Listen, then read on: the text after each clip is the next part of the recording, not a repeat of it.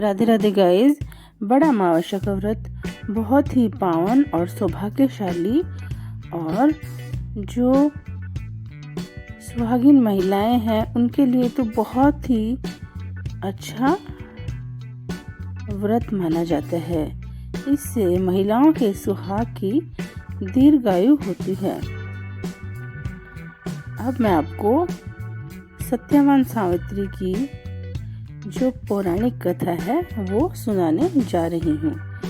एक बार की बात है, युधिष्ठिर ने मार्कंडेय ऋषि से पूछा कि गुरुवर, क्या द्रौपदी के समान भी कोई पतिव्रता स्त्री इस संसार में है जो अपने पति के लिए राजकुल की होते हुए भी वन में इधर उधर भटक रही है? तब मार्कंडेय ऋषि ने बताया कि हाँ, प्राचीन काल में एक सावित्री नाम की पतिव्रता स्त्री थी जिन्होंने अपने पति के प्राण वापस प्राप्त किए थे। इतनी कठिन तपस्या उन्होंने की थी। तब युधिष्ठिर ने मार्कंडेय ऋषि से उनकी जो कथा है वो सुनाने की प्रार्थना की। तब गुरुवर ने कथा प्रारंभ की। उन्होंने बताया कि जो मदर देश था उसके अंदर एक पराक्रमी राजा अश्वपति था, परंतु उसकी कोई भी संतान नहीं थी। संतान नहीं होने के कारण उसने कई वर्षों तक यज्ञ किया और यज्ञ के फलस्वरूप जो ब्रह्मा जी की पत्नी सावित्री माता थी उन्हें एक पुत्री जो कि उनके अंश से हुई थी वह दी। तब अश्वपति ने, क्योंकि सावित्री माता के अंश से उनकी पुत्री का जन्म हुआ था, तो उन्होंने अपनी पुत्री का नाम भी सावित्री रखा। सावित्री बचपन में सावित्री माता की बहुत पूजा किया करती थी और बहुत ही श्रेष्ठ थी है। जैसे जैसे समय बीतता गया और सावित्री बड़ी होती गई, तब राजा के मन में विचार आया कि मेरी पुत्री का विवाह होना चाहिए, विवाह योग्य हो गई है।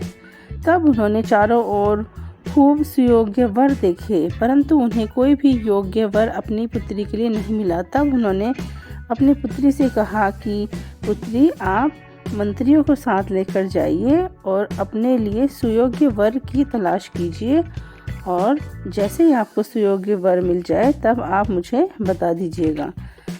तब जो सावित्री है वो इधर उधर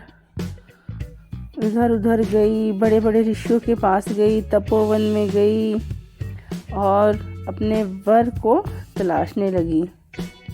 तब कुछ समय व्यतीत हो गया तो एक दिन सावित्री वापस अपने जो पिता हैं उनके दरबार में आई और उन्होंने अपने पिता को बताया कि मैं तपोवन गई थी, वहाँ मुझे शाल्व देश के राजा के पुत्र जो कि जंगल में पले बड़े हैं उनको मैंने अपने पति रूप में स्वीकार कर लिया है। परंतु यह बात सुनकर नारद मुनि बड़े अचंभित रह गए और उन्होंने कहा कि महाराज, जो सावित्री ने अपने लिए वर चुना है उसकी आयु बहुत ही कम है। एक वर्ष पश्चात उसकी मृत्यु हो जाएगी। परंतु सावित्री नहीं मानी। सावित्री ने कहा कि नहीं, मैं तो उनको ही अपना पति मान चुकी हूँ और मैं तो उनसे ही विवाह करूँगी। तब राजा को अपनी पुत्री के आगे विवश होना पड़ा और उन्होंने अपनी पुत्री का विवाह कर दिया। तब जैसे जैसे समय व्यतीत होने लगा और सावित्री मन ही मन सोचती रहती, चिंता करती रहती, खूब पूजा पाठ करती रहती और उसे नारद मुनि का वचन याद आता।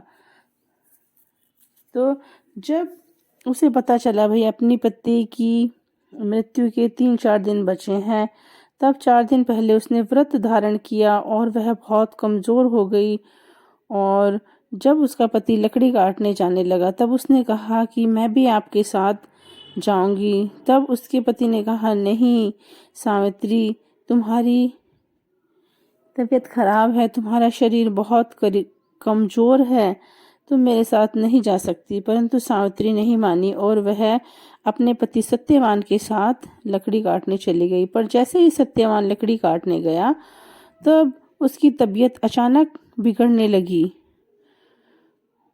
और सावित्री ने देखा कि एक भयानक पुरुष, जिनको कि हम यमराज कहते हैं, वो उनके पति के प्राण निकाल कर ले जाने लगा। तब सावित्री ने उनका पीछा किया और उनके पीछे पीछे जाने लगी। तब यमराज ने कहा कि पुत्री, तुम मेरे पीछे पीछे क्यों आ रही हो? बोली, नहीं, आप मेरे पति को जहाँ लेकर जाएंगे मैं भी वहीं जाऊंगी। तो यमराज ने कहा, नहीं, मैं तुम्हें लेकर नहीं जा सकता। तब सावित्री नहीं मानी और यमराज के पीछे पीछे जाने लगी। तब यमराज ने कहा कि तुम मनचाहा वर मांग लेती हो।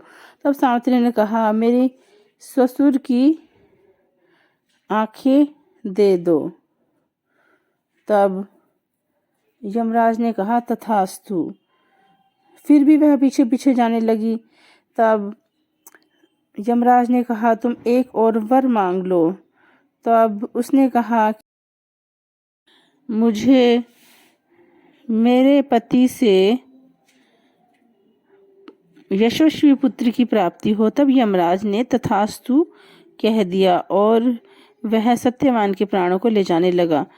फिर सावित्री भी पीछे पीछे जाने लगी। तब यमराज ने कहा, अब पुत्री पीछे पीछे क्यों आ रही हो?